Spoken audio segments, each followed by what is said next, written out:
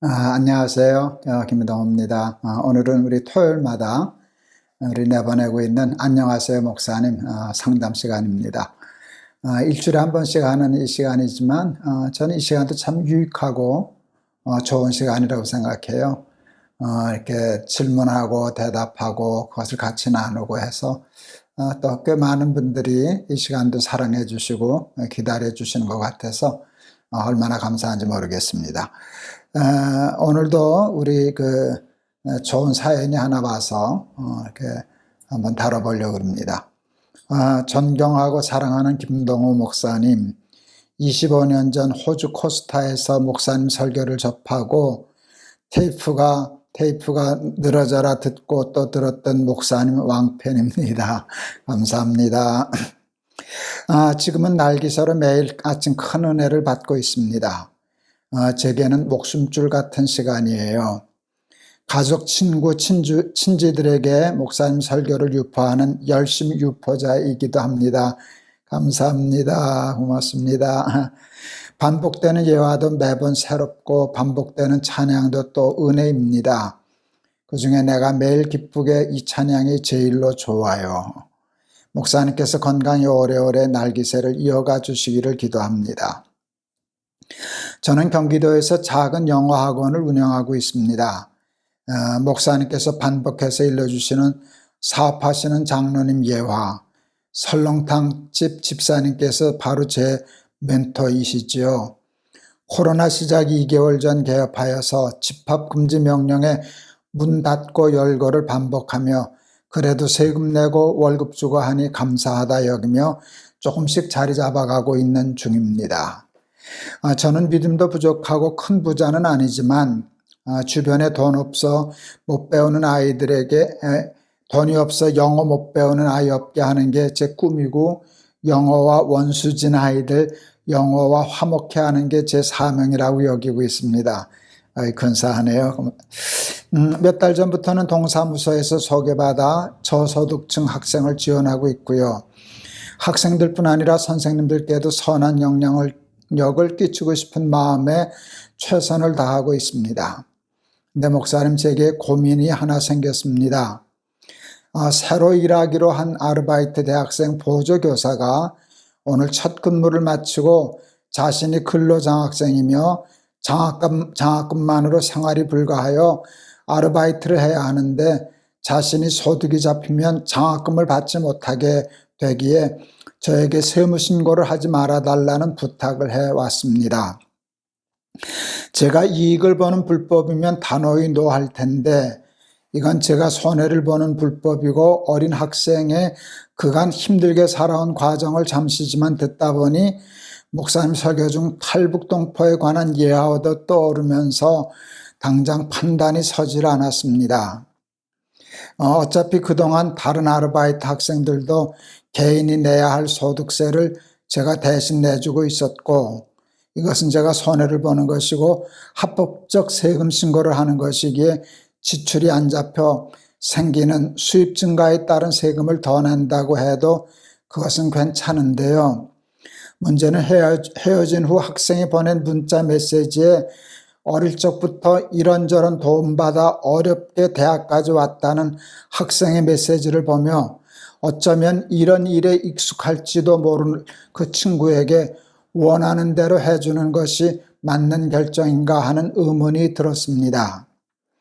크리스찬 경영자로서 어떻게 이번 일들을 처리하는 것이 바른 결정인지 고민이 되어 목사님께 여쭙니다.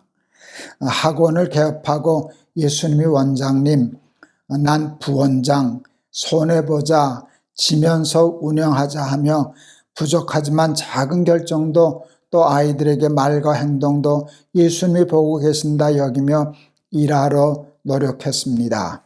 이번 일도 예수님께서 제가 어떤 선택을 하는지 보고 계실 것 같아요. 예수님이 기뻐하시는 선택을 하고 싶습니다. 목사님 조언을 기다리며 기도하겠습니다.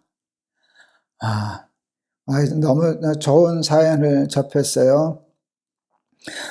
이런 마음으로 사업을 하고 비즈니스를 하고 교육을 하고 직장 생활을 하고 있는 분들이 있다는 게 참 얼마나 감사한지 모르고, 그런 분들이 우리 날기세 가족이라는 거, 또 제가 설교하고 같이 신앙생활을 하는 우리 식구들이라는 게 너무 감사하고 자랑스럽습니다. 이제 그 어려운 아이들 동사무소 연결해서 하는 것도 그렇고, 세금 내는 것도 정직하게 하려고 애쓰시고, 어려운 가운데서도 그러시는 모습이, 제가 늘 얘기하듯이 그러면 목사와 똑같은 성직자입니다. 이런 성직자들이 많아져야 이 땅에 하나님의 나라가 임한다라고 생각했어요. 제가 오늘 얘기하고는 조금 핀트가 좀 다를 수 있는데, 제가 딴 얘기를 한번 해드릴게요.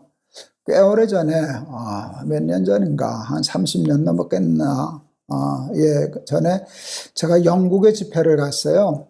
유학생들이 많이 모여있는 교회 집회였는데, 제가 그 집회 때 11조 얘기를 참 많이 했던 것 같아요. 이 얘기도 우리 날기사하면서 제가 아마 예화를 했었을 겁니다.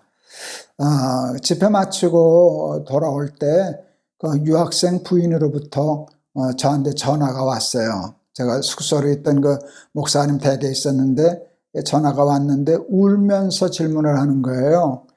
저는 목사님 설교 은혜를 많이 받았습니다. 11조 말씀 옳습니다.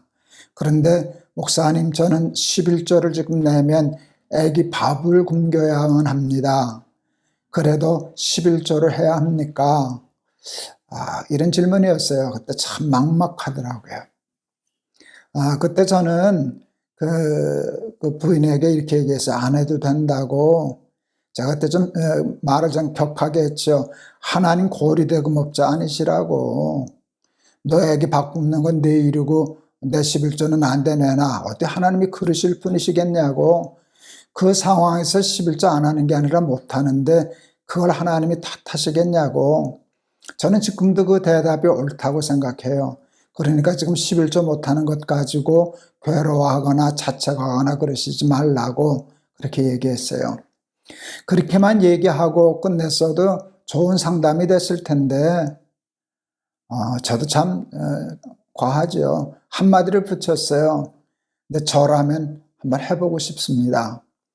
그러면서 하나님께 대해 좀 불경스러운 표현을 썼었어요. 가끔은 하나님을 궁지로 몰아야 합니다. 그랬어요. 하나님의 식대로, 하나님의 법대로 살면은 내가 궁지로 몰려요. 그럼에도 불구하고 나는 하나님의 뜻대로 살래요. 그렇게 하면 우리가 하나님을 좋은 뜻에서 궁지로 모는 거예요. 그렇게 하면 공이 하나님께로 넘어가는 거예요. 저는 그래 보고 싶습니다.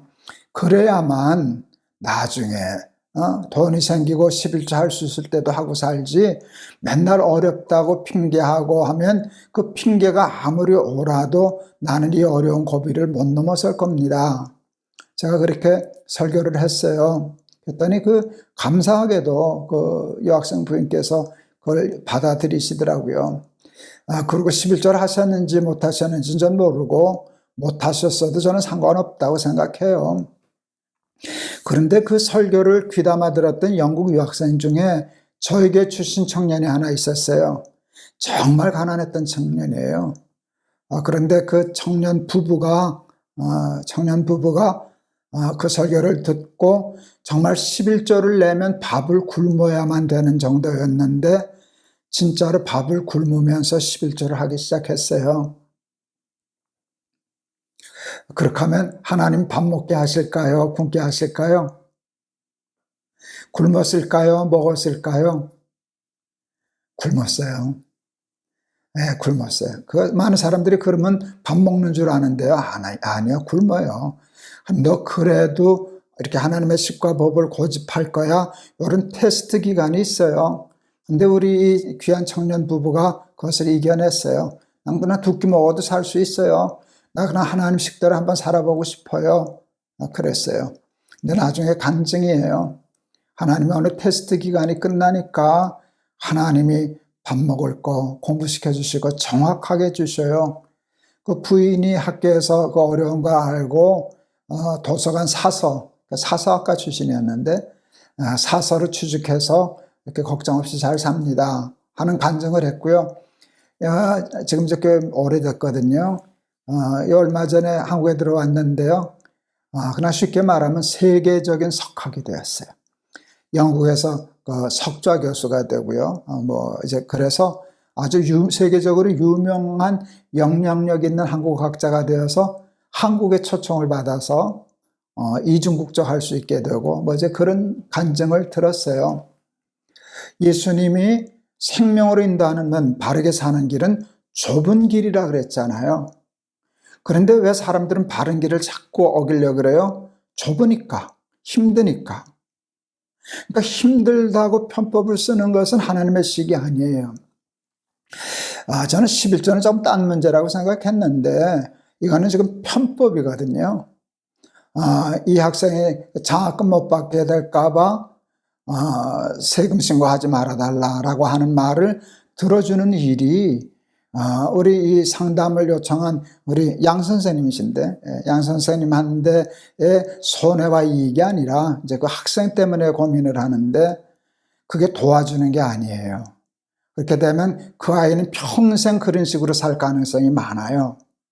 나는 젊은이들에게 똑바로 가라, 좁은 길로 가라, 두 끼만 먹어라, 이거를 가르쳐 주어야 그 아이가 나중에 성공한다고 생각해요.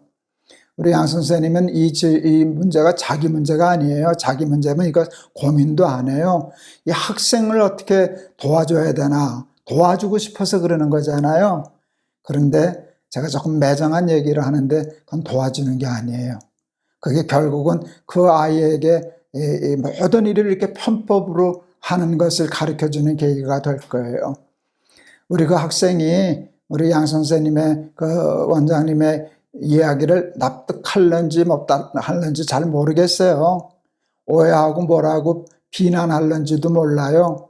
그러나 그 학생을 위해서 이 편법하는 일을 하지 않았으면 좋겠어요. 저는 그게 하나님의 식이라고 생각하고 무엇보다도 그 학생에게 바른 교훈, 바른 것을 교훈시키는 거라 생각하고 그 아이가 그 교훈을 받고 안 받는 건 그 문제지만 그 아이의 말을 따라서 편법을 행하면 그 아이를 돕는 게 아니다. 그 아이의 인생을 도리어 망치는 일도 될 수 있다 하는 말씀을 드리고 싶습니다.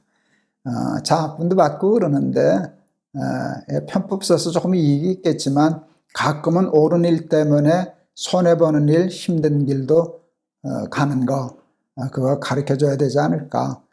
제가 그 아이가 제 아들이라고 생각해도 이렇게 가르치고 이렇게 얘기하고 싶었습니다. 도움이 되었으면 좋겠습니다. 제가 한번 기도할게요.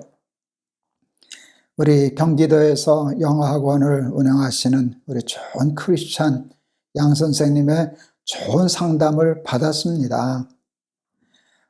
세금 신고하면 장학금을 받지 못하니까 세금 신고하지 말아달라는 부탁. 우리 양 선생님 자기에게는 아무런 이해관계가 없는 일이지만 어느 것이 학생에게 더 옳은 일이고 돕는 일인가를 고민하면서 상담을 했는데 오늘 부족한 것이 대답을 해드렸습니다. 매정해 보이고 인정머리 없어 보이고 고지식해 보여도 저는 그게 하나님의 식이고 하나님의 방법이며 무엇보다도 그게 그 학생을 바르게 하는 일이고 이 편법을 자꾸 힘들다고 도와주면 그 아이의 인생을 망치는 일이다 하는 답을 드렸는데 이 답이 도움이 되고 바른 답이 되었기를 주님께 부탁합니다.